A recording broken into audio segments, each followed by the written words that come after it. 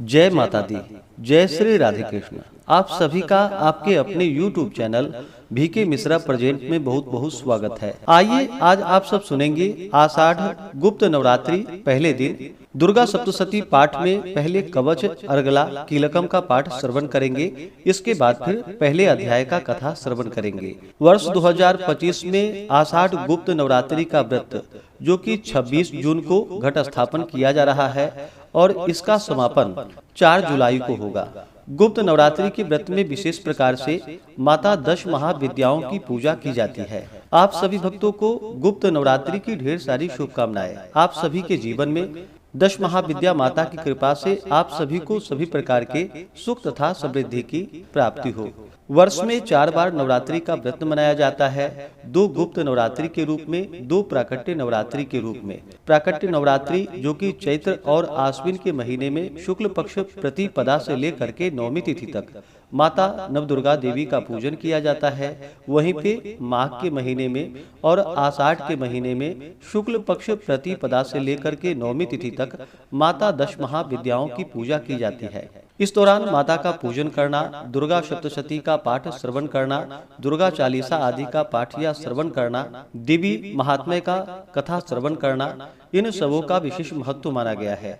इससे माता प्रसन्न होकर के अपने भक्तों के सभी प्रकार के दुख तथा क्लेशों को दूर कर देती हैं तथा सुख और समृद्धि का आशीर्वाद प्रदान करती हैं। तो आइए पहले कवच अर्गला कीलकम का पाठ श्रवण करेंगे। इसके बाद पहले अध्याय का कथा श्रवण करेंगे। तो बोलिए प्रेम से माता दुर्गा की जय, 10 महाविद्या माता की जय, नवदुर्गा देवी की जय, सर्व देवी देवता की जय। ओम नमः चंडिकायै। मार्कंडेय ऋषि बोले कि हे पितामह, आप हमें कोई ऐसा परम गुप्त साधन बतलाइए जिसके द्वारा मनुष्य की सभी प्रकार से रक्षा हो और जो अभी तक आपने किसी को नहीं बतलाया हो। ब्रह्मा जी बोले कि हे विप्रवर, इस प्रकार का समाधान तो परम पवित्र एवं परम गुप्त देवी जी का कवच ही है। इसी से प्राणी मात्र का कल्याण एवं सब प्रकार की रक्षा होती है। उसे सुनिए। देवी जी की 9 मूर्तियों के नाम इस प्रकार है। पहला शैलपुत्री, दूसरा ब्रह्मचारिणी, तीसरा चंद्रघंटा, चौथा कुष्मांडा, पांचवा स्कंद माता, छठा कात्यायनी, सातवां कालरात्रि, आठवां महागौरी और 9वां सिद्धिदात्री। जो मनुष्य अग्नि में जल रहा हो, युद्ध भूमि में शत्रुओं के मध्य फंस गया हो अथवा घोर संकट से ग्रस्त हो, वह मनुष्य भगवती की शरण में पहुंच जाए तो उसके घोर से भी घोर संकट नष्ट हो जाते हैं। जो भक्ति भाव से देवी जी का स्मरण करते हैं, उनकी सभी प्रकार से उन्नति होती है। हे भगवती, जो भी आपका स्मरण करते हैं, निसंदेह उनकी आप रक्षा करती हो। प्रेत की सवारी करने वाली चामुंडा देवी हैं। वाराही महिष पर, ऐन्द्री हाथी पर, वैष्णवी गरुड़ पर, माहेश्वरी बैल पर, कौमारी मोर पर और लक्ष्मी कमल के आसन पर विराजमान है। श्वेत रूप धारण करने वाली वृषभ के वाहन वाली ईश्वरी देवी हैं। हंस पर चढ़ी हुई सभी आभूषणों से विभूषित ब्राह्मी देवी हैं। इस प्रकार अनेक प्रकार के रत्नों से विभूषित सभी योग शक्तियों से संयुक्त ये सब माताएं हैं। सभी देवी क्रोध युक्त रथों पर सवार होकर दर्शन देती हैं। ये शंख, चक्र, गदा, शक्ति, हल, मूसल, खेटक, तोमर, परशु, पाश, कुंत, त्रिशूल, उत्तम, शांग, धनुष इत्यादि अस्त्र शस्त्र दैत्यों के शरीर नाश के लिए, भक्तों को अभय देने के लिए एवं देवताओं के हित के लिए धारण करती हैं। महान रौद्र रूप, अत्यंत घोर पराक्रम, महान बल और महान उत्साह वाली देवी, तुम महान भय का नाश करने वाली हो। तुम्हें नमस्कार है। तुम्हारी ओर देखना भी कठिन है। शत्रुओं को भय बढ़ाने वाली जगदम्बिके, मेरी रक्षा करो। पूर्व दिशा में मेरी रक्षा ऐन्द्री देवी करे। अग्निकोण में अग्नि देवता, दक्षिण में वाराही, नैऋत्य कोण में खड्गधारिणी, पश्चिम में वारुणी, वायु कोण में मृगवाहिनी, उत्तर में कौमारी, ईशान कोण में शूलधारिणी, ऊपर ब्रह्मा जी एवं नीचे वैष्णवी देवी रक्षा करे। इसी प्रकार सबको अपना वाहन बनाने वाली चामुंडा देवी दशों दिशाओं से मेरी रक्षा करे।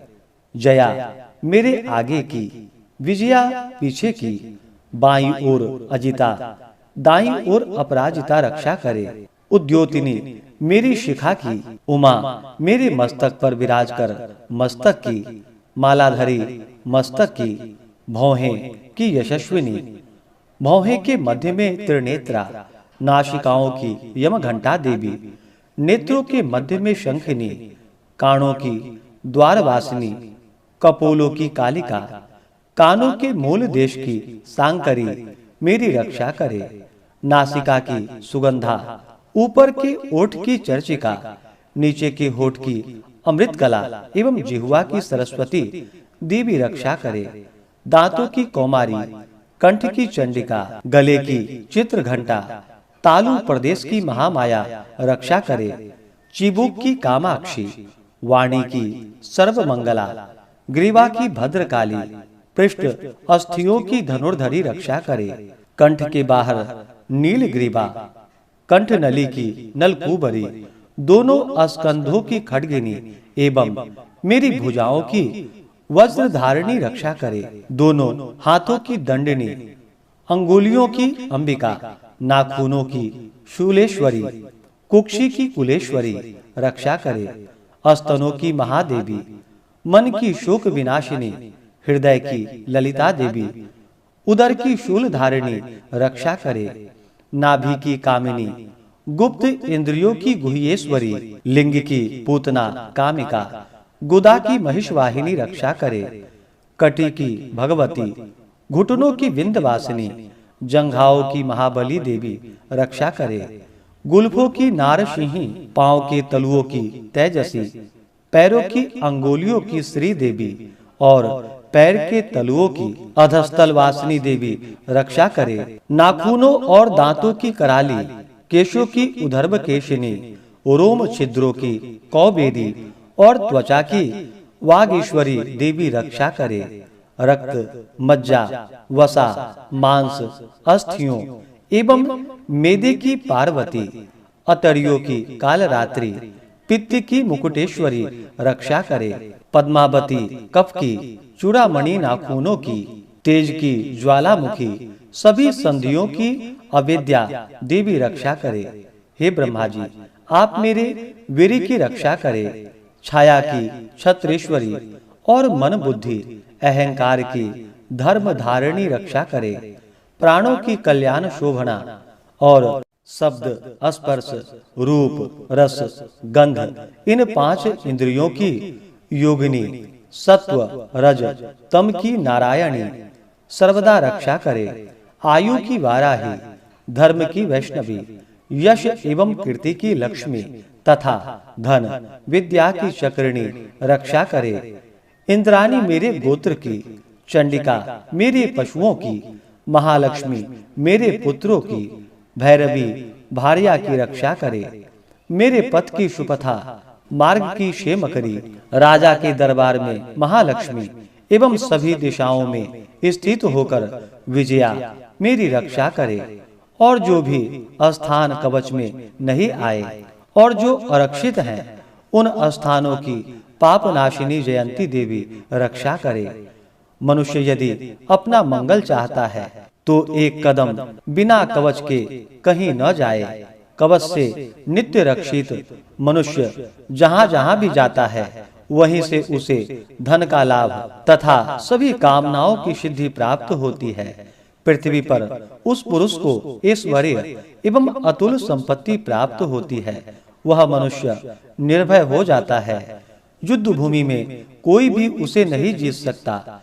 त्रिलोक भर में वह पूजा जाता है। यह देवी कवच देवताओं को दुर्लभ है, इसका अत्यंत श्रद्धा के साथ सावधान होकर जो तीनों संध्याओं में नित्य पढ़ लेता है उसे देवी कला प्राप्त होती है। कोई भी उसे तीनों लोकों में पराजित नहीं कर सकता है। उसे अकाल मृत्यु नहीं आती है। वह 100 वर्ष से भी अधिक आयु प्राप्त करता है। यह कवच उसका तेज, यश और कीर्ति बढ़ा देता है। चंडी पाठ करने वाला पहले कवच का पाठ कर लेवे। जब तक पर्वत वन काननों के साथ साथ यह पृथ्वी टिकी हुई है, तब तक ऐसे पुरुष की संतति इस पृथ्वी पर टिकी रहती है। कवच के पाठ करने वाले का देहांत होने पर महामाया की कृपा से देवी दुर्लभ परम स्थान की प्राप्ति होती है। सुंदर रूप को पाकर वह सदाशिव के साथ आनंद प्राप्त करता है। इस प्रकार से देवी कवच का पाठ पूर्ण हुआ। तो बोलिए प्रेम से दुर्गा माता की जय। अब अर्गला स्तोत्र का पाठ श्रवण करते हैं। श्री मार्कंडेय जी बोले, जयंती, मंगला, काली, भद्रकाली, कपालिनी, दुर्गा, क्षमा, शिवा, धात्री, स्वाहा और स्वधा आदि देवियों को मेरा नमस्कार हो। हे चामुंडा देवी, समस्त प्राणियों के दुख निवारण करने वाली आपकी जय हो। सर्वव्यापक देवी कालरात्रि आपकी जय हो। मधु तथा कैटभ दैत्यों का दलन करने वाली, ब्रह्मा जी को वर देने वाली आपको नमस्कार हो। हे देवी, आप मुझे सुंदर रूप, जय, यश दो तथा काम, क्रोध आदि शत्रुओं का नाश करने वाली भक्तों की सुखदाता देवी जी को नमस्कार हो। मुझे रूप दो, जय दो, यश दो, शत्रुओं का नाश करो। हे रक्त बीज का वध करने वाली देवी और चंड मुंड असुरों का विनाश करने वाली माता, मुझे सुंदर रूप, जय, यश दो, शत्रुओं का वध करो। हे पाप नाशिनी चंडिके, जो सर्वदा भक्ति पूर्वक आपके चरणों में मस्तक झुकाते हैं, उन्हें रूप दो, जय दो, यश दो, शत्रुओं का नाश करो। सभी व्याधियों का नाश करने वाली चंडिके, जो आपकी भक्ति पूर्वक स्तुति करते हैं, उन्हें रूप दो, जय दो, यश दो, शत्रुओं का नाश करो। हे देवी जी, आप मुझे सौभाग्य, आरोग्य और परम सुख दो। रूप दो, शत्रुओं का विध्वंस करो, मेरा कल्याण कीजिए और उत्तम धन संपत्ति दो। जय दो, रूप दो, यश दो, शत्रुओं का नाश करो। हे माता, आपके चरणों पर देवता और दैत्य दोनों ही अपने मुकुट की मणियां घिसते रहते हैं। हे मातेश्वरी, अपने भक्त को विद्यावान, यशवान, लक्ष्मीवान आप करो। बड़े बड़े अभिमानी दैत्यों के अभिमान चूर करने वाली चंडिके, मैं आपको प्रणाम करता हूँ। हे चार भुजाओं वाली माता, चतुर्मुख ब्रह्मा जी आपकी स्तुति करते हैं। परमेश्वरी, रूप दो, जय दो, यश दो, बैरियों का विध्वंस करो। हे मातेश्वरी, विष्णु भगवान आपकी निरंतर भक्ति पूर्वक स्तुति करते हैं। मुझे रूप दो, जय दो, यश दो, बैरियों का विध्वंस करो। पार्वती जी के पति महादेव से स्तुत्य, हे परमेश्वरी, रूप दो, यश दो, शत्रुओं का नाश करो। हे देवी जी, आप तो कठोर भुजदंड रखने वाले दैत्यों का घमंड नाश कर देती हो। हे अंबिके, आप अपने भक्तों के लिए अपार आनंद की वृद्धि करती हो। मुझे रूप दो, यश दो, शत्रुओं का नाश करो। हे मातेश्वरी जी, आप मुझे वह पत्नी प्रदान करे जो मेरी इच्छाओं के अनुकूल हो और इस भयानक संसार रूपी समुद्र से मुझे तारने वाली हो।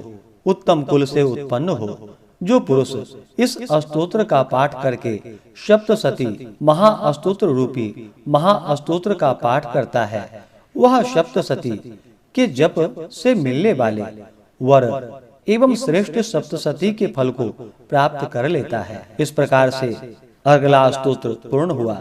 तो बोलिए प्रेम से माता दुर्गा की जय। अब कीलक स्तोत्र का पाठ श्रवण करते हैं। श्री मार्कंडेय ऋषि बोले, मैं उन भगवान शिव को नमस्कार करता हूँ, तीनों वेद जिनके 3 दिव्य नेत्र हैं, जिनका शरीर विशुद्ध ज्ञान स्वरूप है, जो मोक्ष प्राप्ति के कारण है, अर्धचंद्रमा जिनके मस्तक पर शोभायमान है, मंत्रों से शाप एवं उत्कीलन आदि को समझकर पाठ करने वाला पुरुष मोक्ष पा लेता है।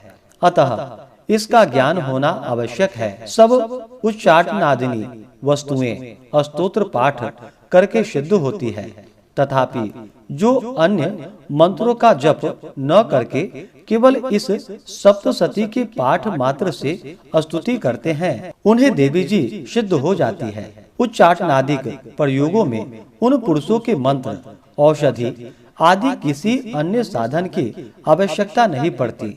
बिना जप के ही उनके सभी उच्चाटनादिक कर्म सिद्ध हो जाते हैं। इससे लोगों को शंका हुई कि तब उनमें श्रेष्ठ कौन सा साधन है।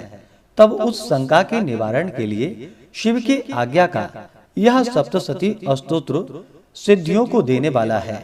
इस स्तोत्र को भगवान सदाशिव ने गुप्त कर दिया। इस स्तोत्र के पाठ द्वारा प्राप्त होने वाला पुण्य कभी समाप्त नहीं होता।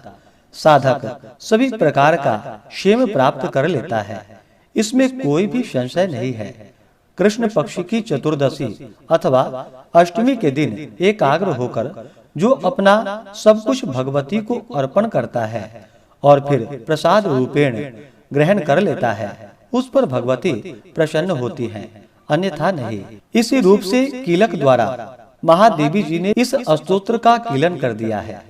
जो इसके द्वारा सप्तशती का निष्कीलन करके स्पष्ट होकर नित्य पाठ करता है, वह सिद्ध हो जाता है। देवी जी का गण एवं गंधर्व होता है, वह कहीं भी घूम रहा हो, उसे कोई भय नहीं होता, न उसकी अकाल मृत्यु होती है। देहांत होने पर वह मोक्ष पाता है। इसलिए इस कीलक स्तोत्र को समझकर तथा उसका उत्कीलन करके पाठ करना उचित है। जो इस प्रकार नहीं करता है, उसका नाश होता है। तभी तो बुद्धिमान इसे समझकर ही उत्कीलन से संपन्न स्तोत्र का पाठ आरंभ करते हैं। जो कुछ भी रमणियों के सब श्री देवी जी की कृपा से फल हैं। इसी में सौंदर्य, सौभाग्य आदि दिखाई देते हैं। वे सब कारण इस शुभ स्तोत्र का जप सदा करते रहना चाहिए। इस स्तोत्र को मंद स्वर से पाठ करने से थोड़ा फल मिलता है।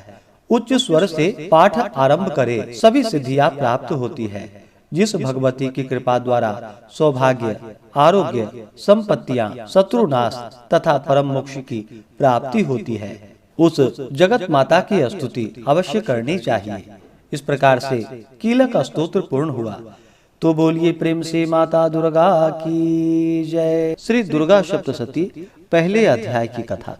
इस अध्याय में मेधा ऋषि का राजा सूरत और समाधि को देवी की महिमा बताते हुए मधुकैटभ वध का प्रसंग सुनाया गया है। महर्षि मार्कंडेय जी बोले, सूर्य के पुत्र सावर्णी की उत्पत्ति की कथा विस्तार पूर्वक कहता हूँ, सो सुनो।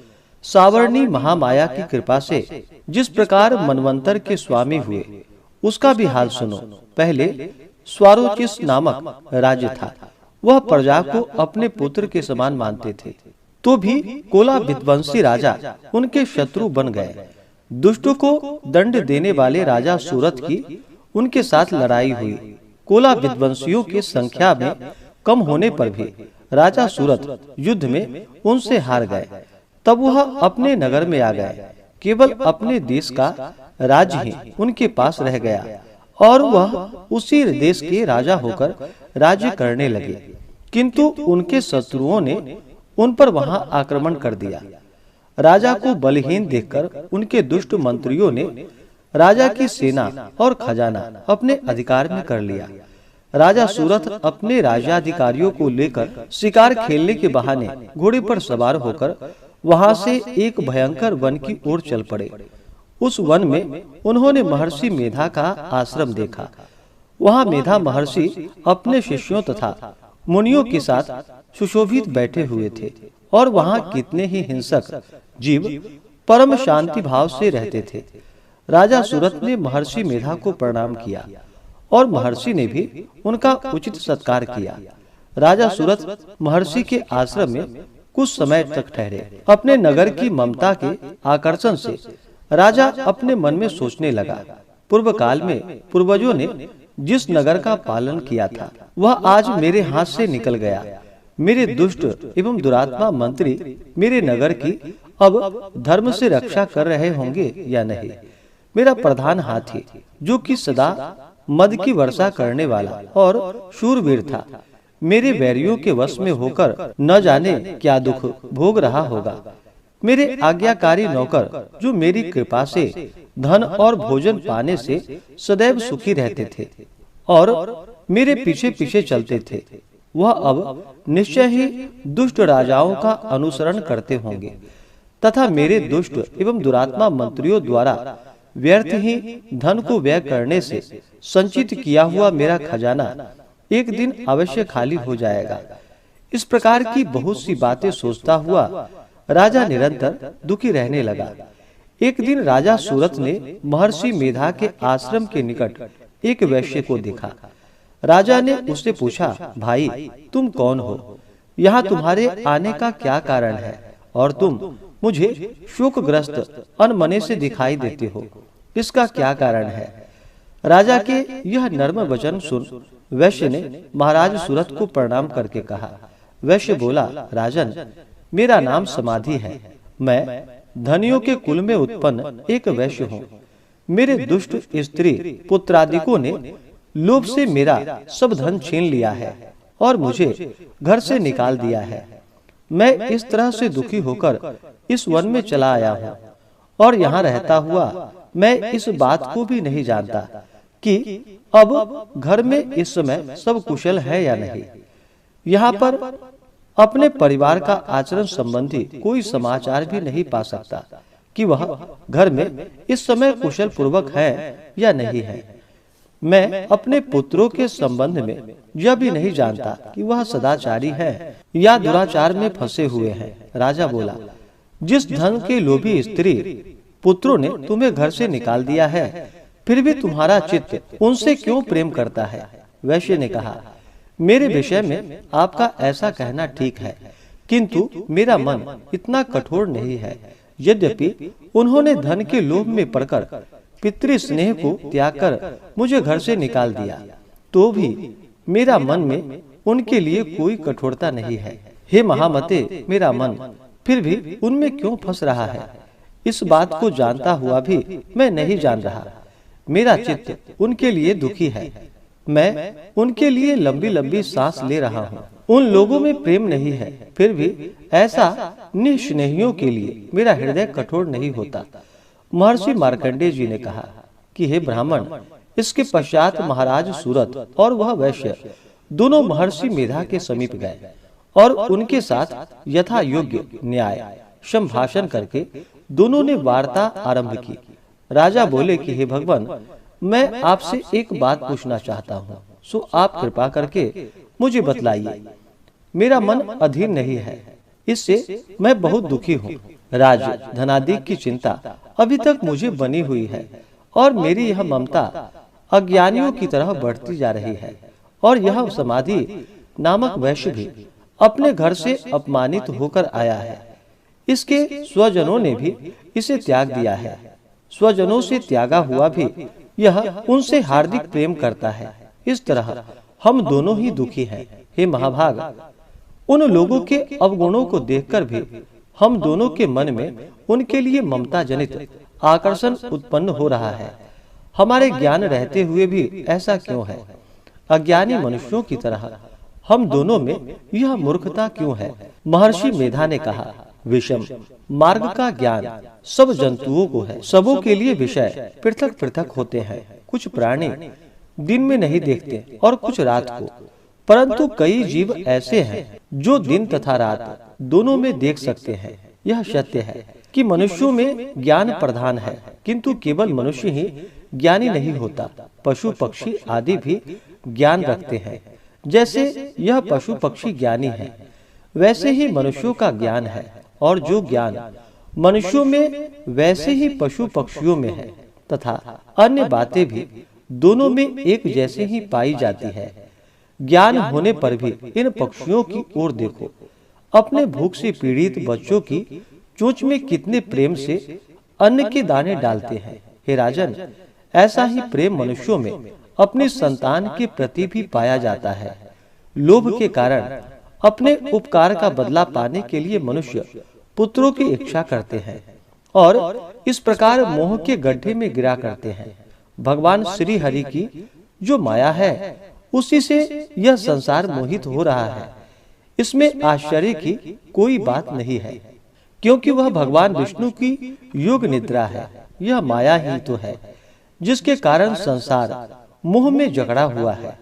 यही महामाया भगवती देवी ज्ञानियों के चित्त को बलपूर्वक खींचकर मुंह में डाल देती है और उसी के द्वारा संपूर्ण जगत की उत्पत्ति होती है।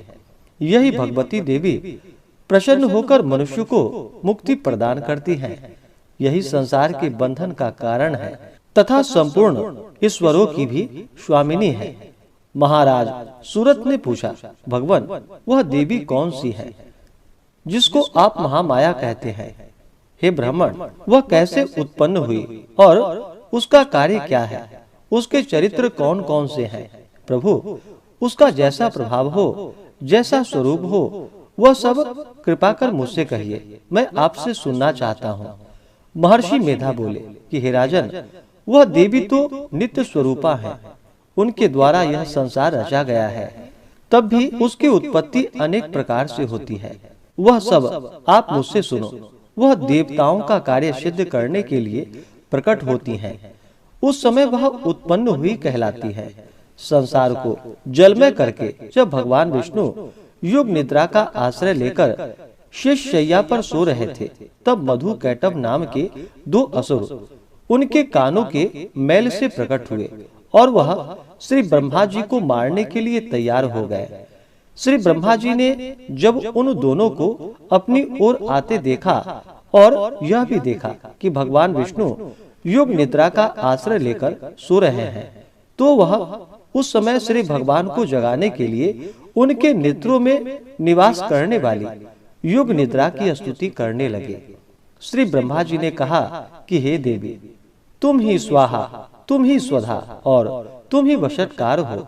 स्वर भी तुम्हारा ही स्वरूप है। तुम ही जीवन देने वाली सुधा हो।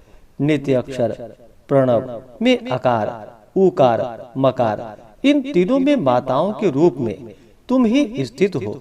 इसके अतिरिक्त जो बिंद पथ अर्धमात्रा है, जिसका के विशेष रूप से उच्चारण नहीं किया जाता है, हे देवी, वह भी तुम ही हो। हे देवी, संध्या, सावित्री तथा परम जननी तुम ही हो। तुम इस विश्व को धारण करने वाली हो। तुमने ही इस जगत की रचना की है और तुम ही इस जगत का पालन करने वाली हो। तुम ही कल्प के अंत में सबको भक्षण करने वाली हो। हे देवी, जगत की उत्पत्ति के समय तुम सृष्टि रूपा होती हो, पालन काल में स्थित रूपा हो और कल्प के अंत में संहार रूप धारण कर लेती हो। तुम ही महाविद्या, महामाया, महामेधा, महारात्रि और मोहरात्रि हो। श्री ईश्वरी और बोध स्वरूपा बुद्धि भी तुम ही हो। लज्जा, पुष्टि, तुष्टि, शांति और क्षमा तुम ही हो। तुम खड्ग धारणी, शूल धारणी, घोर रूपा तथा गदा, चक्र, शंख और धनुष को धारण करने वाली हो। बाण, भुसुंडी और परिध भी, यह भी तुम्हारे ही अस्त्र हैं। तुम सौम्य और सौम्यतर हो। यही नहीं, बल्कि जितने भी सौम्य तथा सुंदर वस्तुएं इस संसार में हैं, उन सबसे बढ़कर सुंदर तुम हो। पर और अपर, सबसे पर रहने वाली सुंदर तुम ही हो। हे सर्वस्वरूपे देवी, जो भी असत पदार्थ है और उनमें जो शक्ति है, वह भी तुम ही हो। ऐसी अवस्था में भला तुम्हारी स्तुति कौन कर सकता है? इस संसार की सृष्टि, पालन और संहार करने वाले जो भगवान हैं, उनको भी जब तुमने निद्रा के वशीभूत कर दिया है, तो फिर तुम्हारी स्तुति कौन कर सकता है? मुझे भगवान विष्णु तथा भगवान शंकर को शरीर धारण कराने वाली तुम ही हो। तुम्हारी स्तुति करने की शक्ति किसमें है? हे देवी, तुम तो अपने इन उदार प्रभावों के कारण ही प्रशंसनीय हो। मधु और कैटभ जो भयंकर असुर हैं, उन्हें मुंह में डाल दो और श्री हरि भगवान विष्णु को भी जल्दी जगा दो और उनमें इसको मार डालने की बुद्धि भी उत्पन्न कर दो। महर्षि मेधा बोले, हे राजन, जब श्री ब्रह्मा जी ने देवी से इस प्रकार स्तुति करके भगवान को जगाने तथा मधु और कैटभ को मारने के लिए कहा, तो वह भगवान श्री विष्णु के नेत्र, मुख, नासिका, बाहु, हृदय और वक्ष स्थल से निकलकर ब्रह्मा जी के सामने खड़ी हो गई। उनका ऐसा करना था कि भगवान श्री हरि विष्णु तुरंत ही जाग उठे और दोनों असुर को देखा, जो कि अत्यंत बलवान तथा पराक्रमी थे और मारे क्रोध के, जिसके नेत्र लाल हो रहे थे और जो ब्रह्मा जी का वध करने के लिए तैयार थे। तब क्रुद्ध हो उन दोनों दुरात्मा असुरों के साथ भगवान श्री हरि पूरे 5000 वर्ष तक लड़ते रहे। एक तो वह अत्यंत बलवान तथा पराक्रमी थे, दूसरे महामाया ने भी उन्हें मुंह में डाल रखा था। अतः वह भी श्री भगवान से कहने लगे कि हम दोनों तुम्हारी वीरता से अत्यंत प्रसन्न हैं, तुम हमसे कोई वर मांगो। भगवान ने कहा, यदि तुम मुझ पर प्रसन्न हो तो अब तुम मेरे हाथों से मर जाओ। बस इतना सा ही वर मैं तुमसे मांगता हूँ, यहाँ दूसरे वर से क्या प्रयोजन है। महर्षि मेधा बोले, इस तरह से जब वह धोखे में आ गया और अपने चारों ओर जल ही जल देखा, तो भगवान श्री हरि से कहने लगे, जहाँ पर जल न हो, सूखी जमीन हो, उसी जगह हमारा वध कीजिए।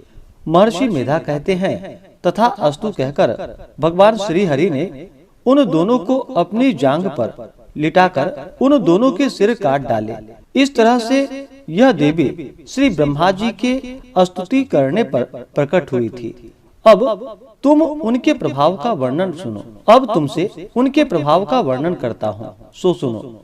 इस प्रकार से श्री दुर्गा सप्तशती में पहले अध्याय की कथा पूर्ण हुई। तो बोलिए प्रेम से दुर्गा माता की जय, नव दुर्गा देवी की जय, सर्व देवी देवता की जय। इसके आगे की कथा जो कि आप अगले अध्याय में सुनेंगे।